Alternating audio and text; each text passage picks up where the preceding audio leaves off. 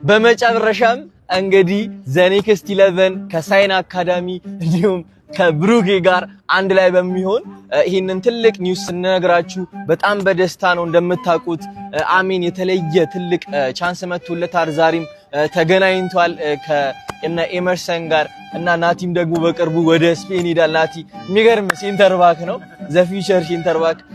ናቲን እንዳትረሱት፣ በእርግጠኝነት ትልቅ ቦታ የሚደርስ ልጅ ነው እና ሳይን አካዳሚ እንደምታውቁት ደግሞ የተለያዩ ቻንሶችን ብሩኬ እያመጣ ይገኛል። ኢትዮጵያ ላይ በብዙ አመታት ያልተደረጉ ነገሮችን ኢማጂን የስፔን ብሔራዊ ቡድን የሚያርፍበት ካምፕ ውስጥ ኢትዮጵያውያን ሄደው ሞክረው ላስት ይር እንደውም ፖርቹጋል በካሳፒያ የሚባል ፕሮፌሽናል ክለብ ከነ ስፖርቲንግ ሊዝበን ጋር የሚወዳደር ትልቅ ክለብ መርጦታል። አንድ ኢትዮጵያዊ ማለት ነው። ኢማጂን ሶ ሳይን አካዳሚ እንደዚህ ከሰራ እናንተ እንደዚህ ከተባበራችሁ እነዚህ ታዳጊዎች ማይወጡበት ትልቅ ቦታ ማይደርሱበት ምንም ምክንያት አይኖርም። እንግዲህ ዘኔክስት 11 ይቀጥላል። ብሩኪን በጣም እናመሰግናለን። ተስፋ እየተሰራ ነው፣ ታለንት እየተገነባ ነው። ሀገራችን ትልቅ ተስፋ አላት። ወደፊት ለዓለም ዋንጫ፣ ለአፍሪካ ዋንጫ እነዚህ ልጆች የምታዩበት እድል አለ። ይሄ ሴንተር ባክ ነው ብለዋል። ሳሊባን ይመስላል መልኩ።